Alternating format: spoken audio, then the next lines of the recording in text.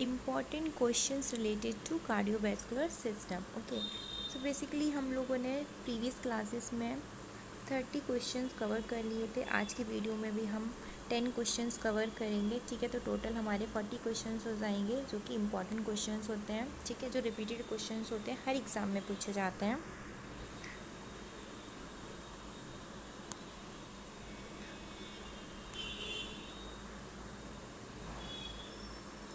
Weight of heart in adult male and adult female. Okay, तो normally weight पूछा गया है, तो वेट कितना होता है? अगर हम मेल में बात करें तो 300 ग्राम एंड फीमेल में बात करें तो 250 ग्राम। ओके, नॉर्मली कितना होता है? ठीक है, तो मेल में 300 एंड फीमेल में 250।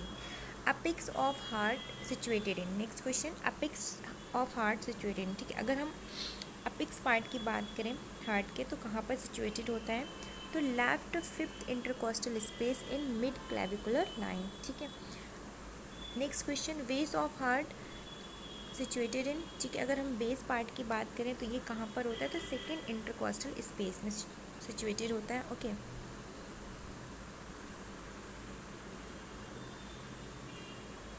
Next, Jones criteria guide in the diagnosis of. ठीक है, अगर जोन्स क्राइटेरिया की बात करें तो जोन्स क्राइटेरिया जो होता है किसकी डायग्नोसिस के लिए यूज़ किया जाता है? तो आपका आंसर होगा रिमेटिक फीवर के लिए। ओके, मोस्ट इंपॉर्टेंट क्वेश्चंस हैं। ठीक है, तो जोन्स क्राइटेरिया जो होता है रिमेटिक फीवर के लिए यूज़ करते हैं।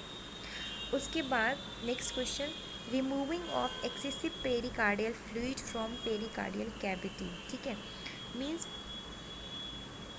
जो एक्सेसिव पेरिकार्डियल फ्लूइड है जो पेरिकार्डियल कैविटी में एक्यूमुलेट हो गया है, उसको रिमूव करने की प्रोसेस को हम क्या बोलते हैं? पेरिकार्डियोसेंट्रेसिस बोलते हैं। Okay, and last next question, size of heart. ठीक है, तो साइज़ की अगर हम बात करें तो 12 × 9 × 6 मीन्स 12 क्या है? लेंथ है, 9 क्या है? विथ है, एंड 6 क्या है? थिकनेस है। ठीक है, तो जो 9 है विथ, ये चेंज है अलग अलग बुक में, किसी में आपको देखने को मिलेगी 8 to 8.5 भी है और 9 भी है, तो आपके दोनों ही आंसर सही होंगे। Okay, next question, Duke's criteria is use for diagnosis of. ठीक है, डक्स क्राइटेरिया की बात की जाए तो किसकी डायग्नोसिस के लिए यूज़ करते हैं? तो पेरिकार्डाइटिस। ओके, तो पेरिकार्डाइटिस क्या होता है? पहले तो ये जो डक्स क्राइटेरिया है ये हम यूज़ करते हैं पेरिकार्डाइटिस में, याद रखना है। सेकेंड क्वेश्चन की पेरिकार्डाइटिस क्या है, तो आपका आंसर क्या होगा? इन्फेक्शन और inflammation of pericardium layer of heart. ठीक है, और आउटर लेयर ऑफ हार्ट भी बोल सकते हो। ठीक है, next, the most common causative agent of rheumatic fever. ठीक है, रूमेटिक फीवर के लिए कॉस्टिव एजेंट कौन सा होता है? Streptococcus pyogenes. Okay, next question, Dressler syndrome is also known as. ठीक है, ड्रेसलर सिंड्रोम को हम क्या बोलते हैं? Late pericarditis. ओके, तो पेरिकार्डाइटिस में आपको बता ही चुकी हूँ क्या होता है। Next question, Osler nodes are seen in. ठीक है, जो ऑस्लर नोड्स होते हैं वो हमें कहाँ देखने को मिलते हैं, किस कंडीशन में? तो आपका आंसर क्या होगा? Infective endocarditis. ठीक है, एंडोकार्डाइटिस आपको पता है, एंडोकार्डियम लेयर में इन्फेक्शन और इन्फ्लेमेशन हो जाना। ओके, सो ये सारे इंपॉर्टेंट पॉइंट्स थे जो आज हमने डिस्कस किए हैं। लास्ट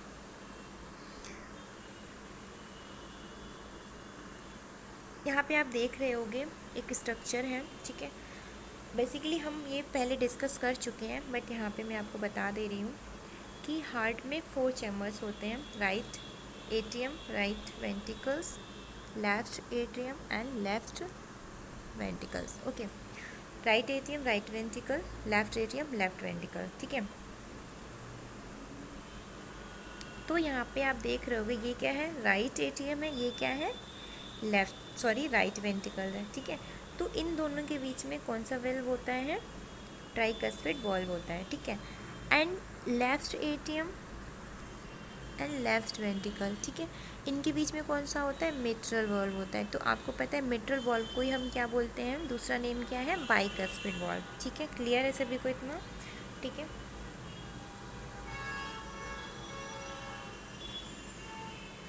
नेक्स्ट मैंने आपको बताया था pulmonary valve and aortic valve. Okay, तो जो पल्मोनरी वॉल्व होते हैं ये आप देख रहे हो, ये यहाँ पे दिखा रहे हैं। ठीक है, पल्मोनरी वॉल्व होते हैं, एंड आयोटिक वॉल्व कहाँ पे होते हैं? ये आयोटिक वॉल्व इन्होंने दिखाया है। ठीक है, तो जो ब्लड हमारा किस साइड है, राइट वेंट्रिकल में, ठीक है। राइट वेंट्रिकल में कौन सा ब्लड होता है, डीऑक्सीजनेटेड ब्लड होता है, ठीक है।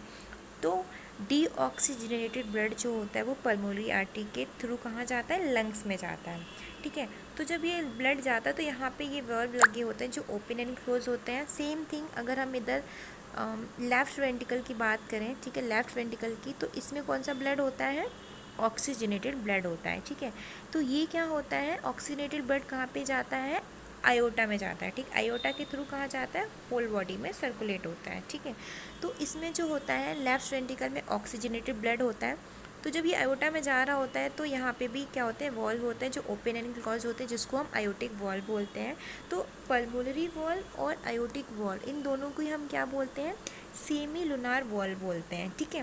क्या बोलते हैं, सेमी लुनार वॉल्व, ठीक है। मैंने आपको बताया था जब ये दोनों वॉल्व क्या होते हैं, क्लोज होते हैं, तो कौन सा साउंड प्रोड्यूस होता है, S2 साउंड, ठीक है। और मैंने एक चीज़ और बताई थी आपको कि अगर ट्राइकस्पिड वॉल और मिट्रल वॉल क्लोज होते हैं तो कौन सा साउंड प्रोड्यूस होता है, S1, ठीक है। तो ये चीज़ याद रखना, जब ये दोनों एक साथ क्लोज होते हैं तो क्या होता है, S1 साउंड सुनाई देता है। Pulmonary wall and aortic wall जब एक साथ क्लोज होते हैं तो कौन सा साउंड सुनाई देता है, S2 साउंड, ठीक है, लव एंड डब साउंड, ठीक है। तो ये मैं आपको पहले बता चुकी हूँ।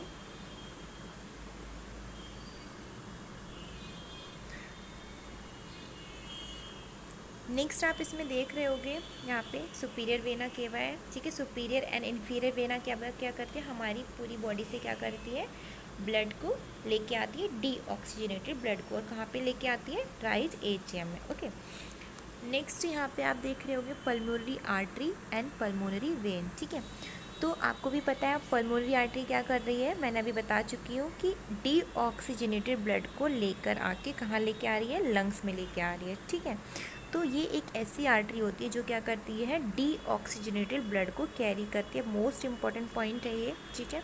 बाकी जितनी भी आर्टरी होती है वो क्या करती है, ऑक्सीजनेटेड ब्लड को कैरी करती है, लेकिन जो पल्मोनरी आर्टरी होती है वो क्या करती है, डीऑक्सीजनेटेड ब्लड को कैरी करती है। एंड यहाँ पे पल्मोनरी वेन है तो ये क्या करती है, ऑक्सीजनेटेड ब्लड को कैरी करती है, ठीक है। ऑक्सीजनेटेड ब्लड को कैरी करती है मीन्स जैसे कि आपको पता है जितनी भी वेन्स होती है वो क्या करती हैं, डीऑक्सीजनेटेड ब्लड को कैरी करती है, लेकिन एक्सेप्ट पल्मोनरी वेन, ठीक है, ये क्या करती है, ऑक्सीजनेटेड ब्लड को कैरी करती है, ठीक है। तो ये बेसिक था, मैंने आपको पहले बता चुकी हूँ, आई थिंक सभी को समझ में आया होगा, ठीक है। तो जो आज के क्वेश्चंस थे ये भी बहुत ज़्यादा इंपॉर्टेंट क्वेश्चंस थे।